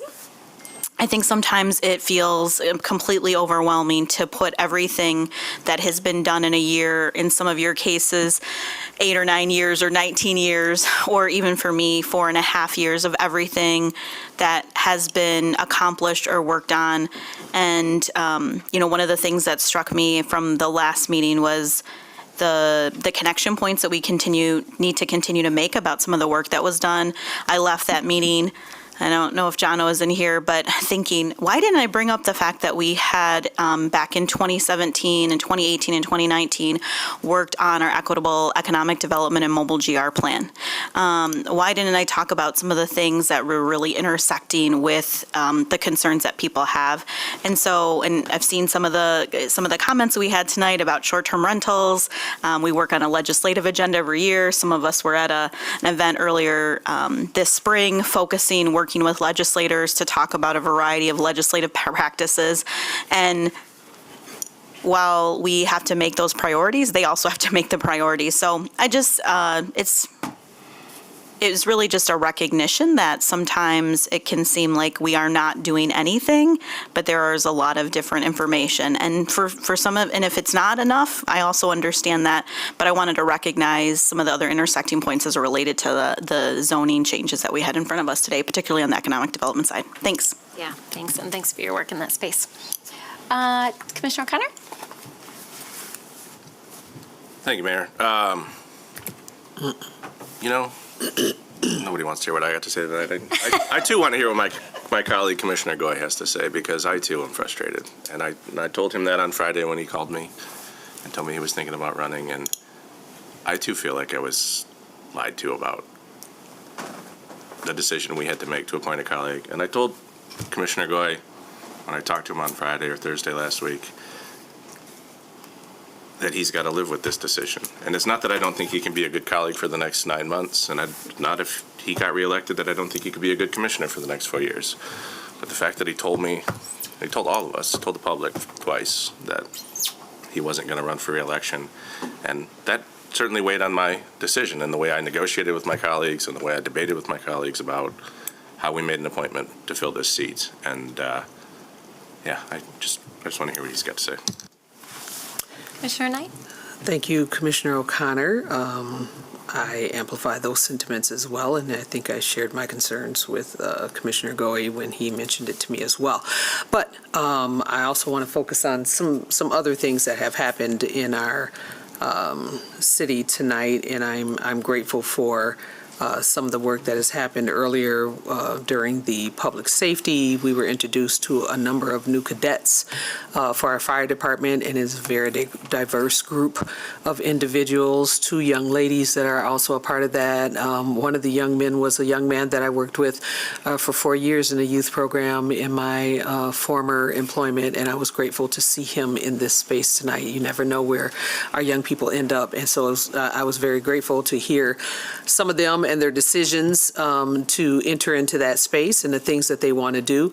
And I think it's very heartwarming. I wish some of you could have heard that. Also thankful for OPA, who presented the report, first report on their surveillance and the I'll just say drones because I can't remember acronyms all the time. So we're just going to say drones. And I was very, very happy to see the report and the numbers that came out in that report. A lot of times when new things are entered or we begin to do new things, there's uncertainty and we don't know how things are going to work out. But I was really grateful to see the numbers, the data that came back from those surveys and the reporting that they did today. And I encourage you all to look at some of that information out on the city website. Today was the final day to submit your application to run for a position. And so just want to give a shout out to Commissioner Sassy, who is running unopposed in the second ward, woo woo.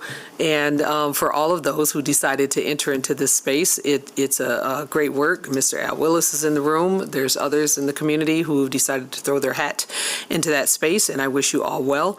And we look forward to seeing what the community says behind this. Thank you. Thank you. Commissioner? Excuse me. Thank you, Mayor Bliss, for this opportunity. And before I make my remarks regarding my decision to run for this for the third ward's office, I want to be on record to acknowledge that this evening we also had another group of young people. Miss Latanya Anderson is a program coordinator for the Urban Family Ministries. You saw a group of young women and gentlemen here, but they had to leave because it was late going for them. So I do appreciate when I see young people and participating, the Boy Scouts here as well. So I think that's good for our city, and I think that is also why I love being a part of a city that is interested in our youth. In regards to the comments that has been directed to me regarding my decision to run for Third Ward City Commission after I did say that I was not intending on running at all. I'm sorry if that was the decision, that was the reason for my being appointed. I think that, I don't want to say anything about that because that may sound like defensive, and I'm not trying to be defensive. But let me just say this. I love this. I think it's great that individuals can come to the podium, can speak their mind, can express their opinions, and all these things. As I said in the swearing-in ceremony, I can't remember, March 19, I think it was, in which, there was quite a lengthy evening. I said, my family fled a country where you couldn't do that. My family fled a country where you couldn't even speak on anything like this. So I understand the disappointment, the anger, you can call me a liar, you can do whatever it is. My concern is not what you think of me. My concern is to listen to my constituents who have asked me to reconsider my position of not running for the Third Ward City Commission. I'm available to serve the Third Ward for the next 4 years, even though that was not my original intent. But my only reason I did that is because I feel that listening to my Third Ward constituents and recognizing now what I see is the challenges that we face in the Third Ward and what I think God has given me the talents to be able to address it on behalf of the Third Ward. If that's not the choice of the Third Ward, I am perfectly fine and accept that with grace and still grateful that I can live in a country where anyone that wants to speak up can do so. I don't take it personal. You can call me any name you want, but my concern is for the Third Ward and its residents. And what I see is a significant need that needs to be addressed. And so I do believe I have some of those skills and talents that I can use to help our residents and our Third Ward become more prosperous. Thank you. All right. Thank you, Commissioner. City Clerk? So today is my 6th anniversary as the Grand Rapids City Clerk. I started on April 23 of 2018. So it at times it seems like I've been here a long time sitting on this dais, and other times it feels like it was just yesterday.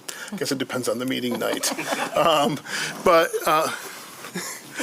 No, it's been a pleasure. As I've told the commission in reviews and other things, I'm appreciative. I've grown a lot as a person, being in this space, and out in the community as well. So I really do cherish this position and this time that I've spent with the city. As Commissioner Knight said, today was filing deadline. It was filing deadline for state offices, county offices, and our city offices as well. We had 4 candidates file for mayor. We had 6 candidates file for 3rd ward. We had 4 candidates file for 1st ward commissioner, 1 candidate for 2nd ward, and then we also have library commissioners as well. We kind of put them on the side sometimes, but they serve a vital role in this community as well. But there was just enough, 2 candidates for 2 spots for a full library commissioner and 1 filing for a partial term. So we will not see 2nd ward or library commission on the August ballot. They will be on the November ballot. So that's what's going to be different. And then we had a charter change that there's not an automatic win in the August primary if you get over 50%. So the top 2 vote getters in each of those contests will move on to the November election. So that's the status of the election. And then if you want to see all the candidates that have filed for all the various races in Kent County, you can go to kentcountyvotes.com and you can look up those list of candidates to see who's filed. Great, thank you. Thanks for that. City Attorney, City Manager. Thank you, Mayor and Commissioners. Just a couple things. First of all, I want to make the community aware of the next round of discussions regarding our community master plan as we speak of the vision of our community. There'll be 3 sessions week of May 7th. So May 7th, May 8th, May 9th, beginning at 5 o'clock. Dinner will be served. You'll have an opportunity to engage, and they'll discuss the next draft of the master plan that will inform strategic planning and inform the way that we grow as a city in a very important way. So your feedback's important. Secondly, another important matter that we began deliberating today is the annual fiscal plan, the annual budget, which was proposed by the staff. I want to thank all the staff again for the work that went into that document, and look forward to the deliberation of this body over the next few weeks, whether it, again, your 19th budget, Mayor, or your first budget, Commissioner Goey. Look forward to this body's deliberation and really appreciate the work of the staff. Thank you, City Manager. Mayor, may I? Yeah, sure. Leave the last comments for you. Yeah. So I just want to thank you, Commissioner Goy, for your comments. I think the way that you handled that is illustrative of the grace and respect you have for this role and for this community. People encouraged me to run for office probably 8 years before I said, you know what, I would do this. And part of it is because politics can be such an ugly, ugly game. And I'm not here for the political games. I'm here for the people. I'm here to make our city better. And in talking with Commissioner Goey as he deliberated this decision, this was not a political game. This was not a bait and switch from everything that I can tell from our conversations. From the moment he and I began to engage with each other and with our constituents and with community around goals related to economic development, prosperity, and so on and so forth, people have been encouraging him to run. I want to clarify that I thought that he was the best candidate. I wanted to serve with him for this interim period. And in my comments, I said I want to serve with someone who can focus on this role. There's a lot to learn really quickly, even if you are already very involved in local issues and city politics. And so I wanted someone who could truly dedicate their time and dig in. as we filled this interim appointment, as opposed to thinking about, my situation, working full-time, serving part-time, dedicating to family. It's a full plate. And last year was a really, really difficult year, drinking from a fire hose in all areas of my life, but particularly because of the weight and the responsibility and the seriousness in which I approached this role. And so I wanted someone, having just done that as what I call my freshman year, wanted to make sure someone had, or who was appointed to serve in this vacancy, had the space and time and dedication to handle that kind of drinking from a fire hose period, in order to make progress this year. We have a lot of big changes in front of us. We just made a big decision today. We're heading into budget. I know for sure I have 2.5 years left, and there are some things that I want to make sure that I do on behalf of the Third Ward, and I need someone that can serve with me to help make that happen in the Third Ward and across the commission. And so just want to say from my perspective and in our conversations, I have a lot of respect for Commissioner Goey. I have thoroughly enjoyed serving with him thus far, and his change in decision, I have seen he was initially resistant because he said this was my intention, and that as folks kept encouraging him to run, he thought about putting his name in the ring and listening to what folks want. And so I just felt a responsibility to say I don't want to speak for him, and that's why I just passed earlier, but I think it's important to provide that context from my perspective. Yeah, thank you. Thank you, Commissioner. All right, so I will end this evening by saying a few things. First off, I want to thank the Boy Scouts who are still here after a long meeting and came early and spent time with me before the meeting, and I was able to share with them a little bit about local government and answer their questions. So hopefully you will leave here tonight having learned a few new things. Also want to thank all the young people who came out last Friday as a part of Kids Speak. It's one of my favorite events. I get to work with young people through the Mayor's Youth Council every single year, and it's really one of those treasured moments that I have as mayor, to see that experience culminate in Kids Speak and seeing so many of them find the courage to come and speak in front of an elected body. A lot of good input from the young people who spoke last week. I want to thank city manager and city staff who worked really hard to bring forward a proposed budget today. So today kicked off our fiscal planning process, my last one as mayor, but we'll be working through that over the next 4 to 5 weeks, and hopefully we'll be able to come to some consensus about a budget. And then I too am going to add my thanks to every single one of you. I have a great deal of respect for every single one of you and appreciate your work around this table and all that you bring to this table. And I also have great respect for individuals who choose to take the risk and put themselves out there and run for office. Takes a lot of courage, and ultimately, come August and then November, individuals in our city will be able to go, as Mark says, there you are, Mr. Mark. As Mark says, they get to go and vote, and I hope that they do. And that's really what makes our country and our city and democracy great, is that we are still able to do that. So I want to thank everyone who came out tonight, everyone who really helped us move forward some of the zoning changes that we were able to make tonight, and we will continue to work to try to move forward the availability, accessibility of housing for everyone in our city who wants to call Grand Rapids home. So with that, we are adjourned.